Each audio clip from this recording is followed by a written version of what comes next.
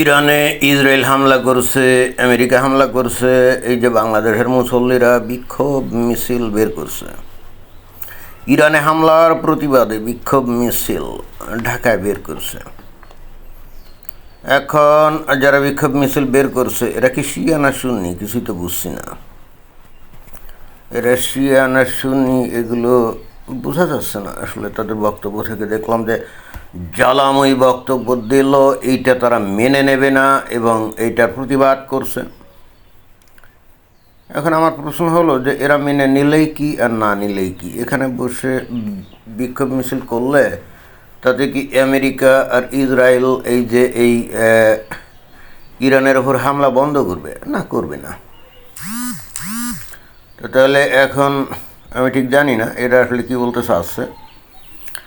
যাই হোক, তারপরও একটা স্বাধীন সার্বভৌম দেশ তো ইরান, তাই না? তো সেখানে এসে কোথাকার 7 সাগর 13 নদী পাড়ি দিয়ে আমেরিকা আর এদিকে ইসরায়েল এসে হামলা করবে, তাদের শীর্ষ নেতাকে মেরে ফেলবে, এটা তো কোনোভাবে গ্রহণযোগ্য হতে পারে না, তাই না? কিন্তু কথা হচ্ছে যে এই ইরানের অনুপ্রেরণায়, ইরানের স্পন্সরশিপে এ পর্যন্ত আমরা দেখেছি, আমরা কি দেখেছি? আমরা দেখেছি যে এই হামাস, হুতি, হেজবুল্লাহ প্রতিনিয়ত ইসরায়েলের উপর আক্রমণ করে গেছে। বিশেষ করে 7 অক্টোবর 2023 সালে হামাস তো একেবারে ঝাঁপিয়ে পড়ে 1200-1300 ইসরায়েলিকে হত্যা করে ফেলবে। এটাও আমরা দেখছি, নাকি দেখিনি? দেখছি তো। তো তখন এই বাংলাদেশের মুমিন মুসলমান কি এরকম বিক্ষোভ মিছিল করছিল? বরং উল্লাস দেখতে পেয়েছি, তাই না? তার মানে মুসলমানরা যদি অমুসলিমদের ওপরে ঝাঁপিয়ে পড়ে কোথাও, তাহলে সেটা হবে উল্লাসের দিন, বা সেটাকে উল্লাস দেখাতে হবে, তাই না? আর যাদের উপরে হামলে পড়বে তারা যদি আত্মরক্ষার জন্য পাল্টা আঘাত হানে, তখন বিক্ষোভ মিছিল দেখাতে হবে। তো এই ধরনের বিষয়টা যদি হয়, তাহলে এটা তো গোটা পৃথিবীর কাছে এই মুসলমানদের ব্যাপারে খুব খারাপ মেসেজ যাবে। আমার তো সেটাই মনে হয়। কিন্তু এরা কি সেটা মনে করে নাকি করে না? আমরা কিন্তু একেবারে বুঝতে পারছি না যে আসলে এরা খালি একতরফা বিক্ষোভ মিছিল করবে। তারপরে এই যে এখনও তো এই যে পাকিস্তান আর এই আফগানিস্তান, তাই না? পাকিস্তান কথা নেই, বার্তা নেই। ওই ইসরায়েল যেমন বিমান হামলা করছে, ওই একই কায়দায় পাকিস্তান তো ওই কদিন আগে আফগানিস্তানে বিমান হামলা করে কয়েকশো জনদের না মেরে ফেলছে। আমরা তো খবরে দেখলাম, নাকি দেখিনি? তো তখন আমরা তো বাংলাদেশের কোনো আলেম ওলামাদের পক্ষ থেকে তো এরকম বিক্ষোভ মিছিল দেখি নেই। নাকি এই মোমেন্টে আফগানিস্তানের লোকজন আর মুসলমান নাই নাকি? অতএব এই হেতু পাকিস্তান গিয়ে যদি সেখানে বোমা টোমা মারে, ইটস ওকে। তো এরকম একপাক্ষিক মানবতা, আমার মনে হয় যে এখানে মুসলমানদের চিন্তাভাবনার অবকাশ আছে। যদিও আমি এটা বললাম, বাট তারপরেও তারা এগুলো শুনবে না। কারণ তারা তো সব কিছুকে বিচার করে তাদের ধর্ম দিয়ে, অর্থাৎ ধর্ম নামক একটা রঙিন কাজ তারা চোখে দিয়ে সব কিছু দেখে।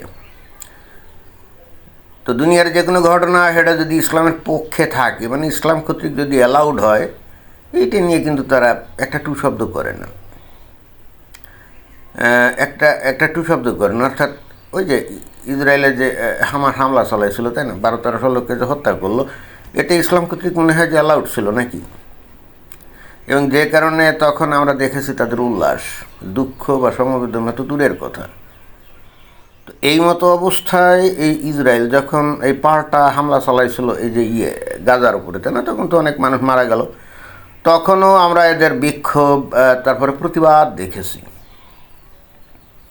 আবার এখন এই যে ওই মানে যাদের মাথা, মানে সাপের যে মাথা হলে কি ইরানি স্পন্সর করে এই হুতিদের, হামাসকে, হেজবুল্লাহকে। তো ইসরায়েল চিন্তা করছে এখন মাথাটাকে কেটে দিতে হবে। এবং এই যে মাথাটাকে যে কেটে দিবে বা দিতে চায়, এর একমাত্র কারণ হলো আত্মরক্ষা। কিন্তু যখনই আপনি ইসরায়েলের আত্মরক্ষার কথা বলেন, তখনই কিন্তু মুমিন মুসলমান আপনাকে বলবে আপনি ইসলাম বিদ্বেষ, মুসলিম বিদ্বেষ। কারণ ইসরায়েলিদের অর্থাৎ ইহুদিদের আত্মরক্ষার কোনো অধিকার নাই। তারা মুসলমান কর্তৃক নির্যাতিত হবে, নিপীড়িত হবে, এটাই তাদের জন্য বৈধ। এবং এই হেতু ইহুদিরা কোথাও আক্রমণ নির্যাতনের শিকার হলে, জুলুমের শিকার হলে, সেটার জন্য আপনি যদি বলেন যে না, তাদেরও বেঁচে থাকার অধিকার আছে, তাহলে কিন্তু আপনি ইসলামোফোবিক, আপনি কিন্তু ইসলাম বিদ্বেষী, আপনি কিন্তু মুসলিম বিদ্বেষী, এটাই। এবং এই জন্যে আমরা ওই বাংলাদেশের মিডিয়াগুলোতে দেখি যে এরা কিন্তু কখনো এই ইসরায়েলে আক্রমণ হলে বা ইসরায়েলে রকেট ছোড়ে, যদি ওই আমার আগে যখন রকেট ছুটতো বা হেজবুল্লাহ রকেট ছুটতো, তখন আমরা বাংলাদেশের মিডিয়াগুলোতে একটা সাফা উল্লাস দেখতাম, অর্থাৎ ভাবটা এই যে এইবার ইসরায়েল শেষ। এবং এভাবেই বাংলাদেশের মুমিন মুসলমানদের, অর্থাৎ তৌহিদি জনতার মানুষ গড়ে উঠছে। রাতারাতি তো আর এটা চেঞ্জ করা যাবে না, তাই না? ভালো কথা, এখন বিক্ষোভ মিছিল করছে, কিন্তু এই সমস্ত হুজুরে এখানে বিক্ষোভ মিছিল করলে কি কোনো ফায়দা আছে? এদের তো উচিত দলে দলে এখন ওই ইরানে গিয়ে ইরানের পক্ষ হয়ে লড়াই করা, তাই না? অথবা বাংলাদেশে এখন ইসরায়েলের দূতাবাস তো নাই, আমেরিকার দূতাবাস আছে, সেখানে গিয়ে কি প্রতিবাদ দেখানো, তাই না? একটা খবরে দেখলাম যে পাকিস্তানে ওই যে করাচিতে আমেরিকার যে মনে হয় কনসুলেট আছে একটা, তো সেখানে গিয়ে পাকিস্তানিরা দেখলাম যে ভাঙচুর করছে। পুলিশ ব্যারিকেড দিয়েছিল, কিন্তু তৌহিদি জনতা ব্যারিকেড ভেঙে দেখলাম যে এই ভাঙচুর করছে, আগুন জ্বালাতে পারে নাই মনে হয়, সুযোগ পেলে মনে হয় সেটাও করবে। বাংলাদেশের তৌহিদি জনতা এখন এটা করবে কি না, করার কথা না। বাংলাদেশে যারা তৌহিদি জনতা, তারা তো এই যে ইরানের মুসলমান যারা, আমরা শুনি যে তারা দাবি করে তারা মুসলমান, কিন্তু বাংলাদেশের সুন্নি মুসলমান যারা নাকি আসলে তৌহিদি জনতা, তারা তো ওদের মুসলমান মনে করে না, তাই না? তাদের উপরে কে বা কারা, সুন্নি ইসলাম অনুযায়ী এই ইরানের শিয়ারা এরা তো মুনাফিক, কাফের। তাহলে এখানে যদি ইসরায়েল অথবা আমেরিকা এসে বোমা টোমাবাজি করে, বাংলাদেশের সুন্নি মুসলমানদের খুশি হওয়ার কথা না, যে অন্তত যাই হোক মুনাফিক ধ্বংস হচ্ছে। সেই মোতাবেক বিচার করলে এখানে যে যারা বিক্ষোভ মিছিল করছে, এরা মনে হয় সুন্নি না। বাংলাদেশে আছে না শিয়া কিছু, যদিও মাঝে মাঝে যে সুন্নি হুজুররা কিন্তু মাঝে মাঝে বলে যে এদেরকে কী করতে হবে, অমুসলিম হিসাবে ঘোষণা দিতে হবে। এখন মনে হচ্ছে এরা শিয়ারা এসেই বিক্ষোভ মিছিল করছে।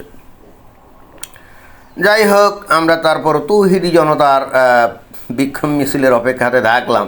তবে ইন্টারেস্টিং ব্যাপার হচ্ছে, বাংলাদেশের যারা নাকি সোশ্যাল মিডিয়াতে অ্যাক্টিভ, ইউটিউব চালায়, এবং একই সঙ্গে যে বাংলাদেশের মিডিয়াগুলো দেখলাম সবই এখনও পর্যন্ত মনে করছে যে ইরানের এত বেশি মিসাইল আছে, মেরে যদি দেয় ইসরায়েল মাটির সাথে মিশে যাবে। এখন এই স্বপ্নে বিভোর আছে তোরা।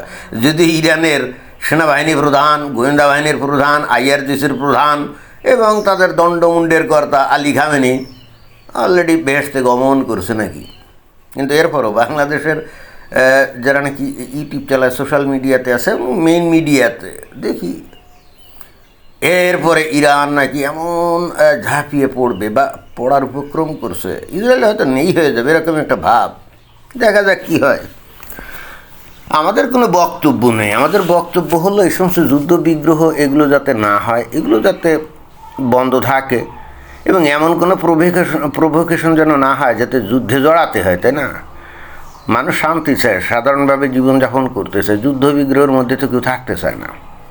কিন্তু তারপরও অনেক ক্ষেত্রে জোর করে যুদ্ধ ডেকে আনা হয়। যেমন 17 মাস ধরে এই যে অন্তর্বর্তীকালীন সরকার ছিল, এরা প্রতিনিয়ত কিন্তু ভারতের সাথে একটা যুদ্ধের আহ্বান জানাতো, একটা যুদ্ধ চাইতো। তো এরকম যদি অলওয়েজ প্রভোকেশন করা হতে থাকে, তখন তো যুদ্ধ অনিবার্য হয়ে পড়ে, তাই না? ধন্যবাদ।